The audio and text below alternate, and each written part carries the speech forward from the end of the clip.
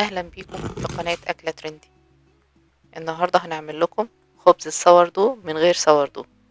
السوردو الخميرة الطبيعية اللي بنخمرها كده بعدد من الايام معين، بس النهاردة انا جربته بالخميرة العادية.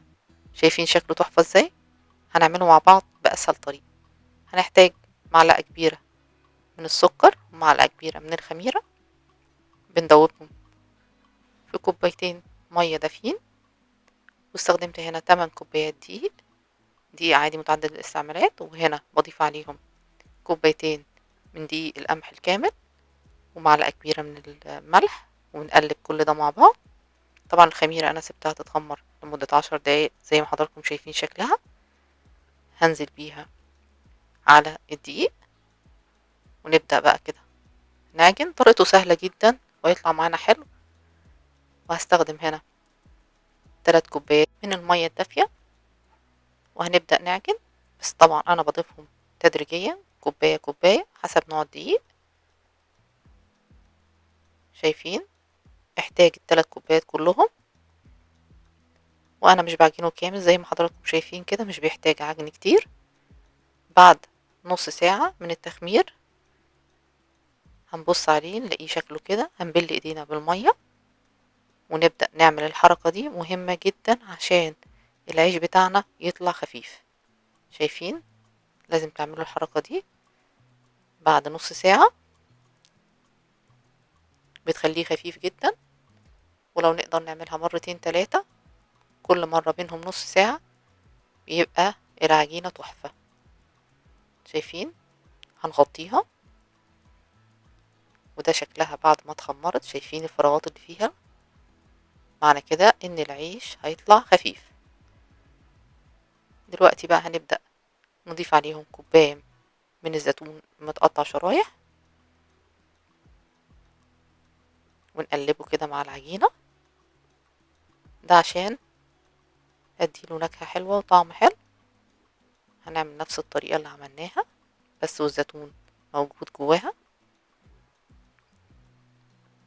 هنرش دقيق عندنا في البولة اللي هنحطه فيها، هنرش دقيق على الكاونتر. اهم حاجة نرش دقيق كويس، لان العجينة بتبقى بتلزق زي ما حضراتكم شايفين. نرش عليها دقيق من على الوش، ونبدأ بقى نقطعها حسب الحجم اللي احنا عاوزينه. انا هنا قطعته على 2. اهم حاجة الدقيق، العجينة بتلزق مفيش اي مشكلة، بنتعامل معاها. هنبدأ نلفه كده على شكل كورة زي ما حضراتكم شايفين. هناخده كده ونحطه في البولة اللي احنا هنستخدمها كده، اللي احنا كنا دهنينها بالدقيق، رشينها بالدقيق. هنبدأ نقفله كويس اهم حاجة زي ما حضراتكم شايفين كده. شايفين انا مخلية ظهره ناحية البولة اللي تحت، عشان لما اقلبه يبقى وشه هو اللي فوق. وهنغطيه ونسيبه يتخمر لمدة نص ساعة كمان. وهناخد الجزء التاني، هنرش دقيق عليه كويس، ونظبط الزيتون كده. الزيتون ده طبعا بيديله طعم حلو قوي. ممكن نعمله سادة مفيش اي مشكلة، ممكن نضيف عليه طماطم مجففة.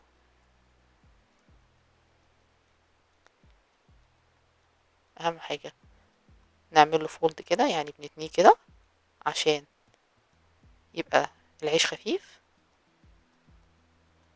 هنشيله على ورق زبدة زي ما حضراتكم شايفين، وفي حلة كده هنحط ورقة زبدة، تكون الحلة مستوية من فوق قد من تحت. هنجيب بقى اللي احنا خمرناه ده، هنرشه شوية رشة دقيق كده، ونبدأ نقلبه في الحلة. طبعا العيش ده طريقته سهلة جدا، بس اتبعوا الخطوات خطوة خطوة هيطلع معاكم ناجح مفهوش اي مشكلة. شايفين؟ بحاول اطلع ورق الزبدة وبقصه عشان ما يتحرقش. لو ما عندناش الحلة دي ممكن نستخدم اي حلة مفيش اي مشكلة. هنبدأ ننضف كده شوية من الدقيق ده من على الوش، مش كتير، شوية بس، بسيط على قد ما نقدر.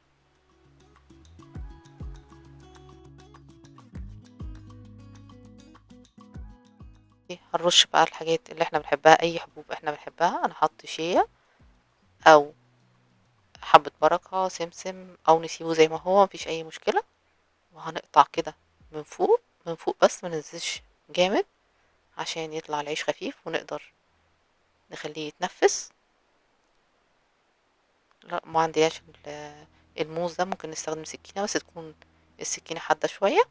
وهنغطيه وندخله الفرن على درجة حرارة 180، بياخد تلت ساعة وبيبقى نص سوا زي ما حضراتكم شايفين. وبعدين بنشيل الغطا وندخله ربع ساعة كمان وبيبقى جاهز زي ما حضراتكم شايفين، ما بياخدش وقت خالص.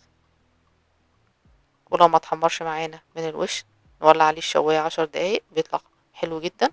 وهقول لكم على حاجة خطيرة تخلي العيش طري معاكم. نحط صينية فيها كوبايتين مية معاه، بيطلع طري جدا مش محتاج اي حاجة.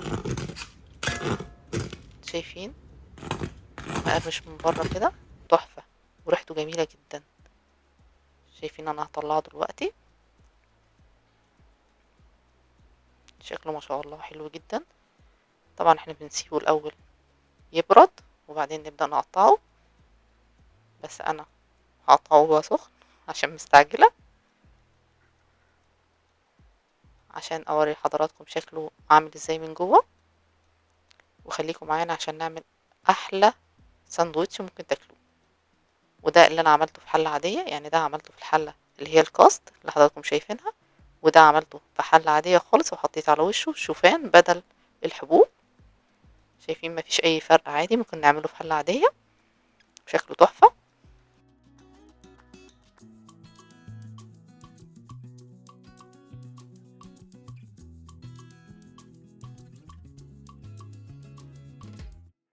يلا بقى نجي وقت التقطيع. بسم الله. هنبدأ نقطع كده، ريحته حلوة جدا مش عاوزة اقول لكم. شايفين شكله حلو ازاي، بس استنوا عليه لما يبرد بيبقى حاجة تانية. شايفين شكله حلو ازاي، ما شاء الله. طعمه لذيذ جدا لانه طبعا محطوط فيه دقيق قمح كامل فبيطلع طعمه ألذ. هنا بقى لو عندنا قشطة، جبنة كريمي، اي حاجة احنا بنحبها، نبدأ نجهز التوست بتاعنا نفطر بيه الصبح كده. هنا انا محمرة طماطم مع فصين توم مع شوية ريحان، بيطلع شكل التوست حلو جدا يفتح النفس. دوقوه كده وقولوا لي رأيكم ايه، وما تنسوش تشتركوا في القناة وتعملوا لايك للفيديو. اشوفكم في أكلة جديدة، مع السلامة.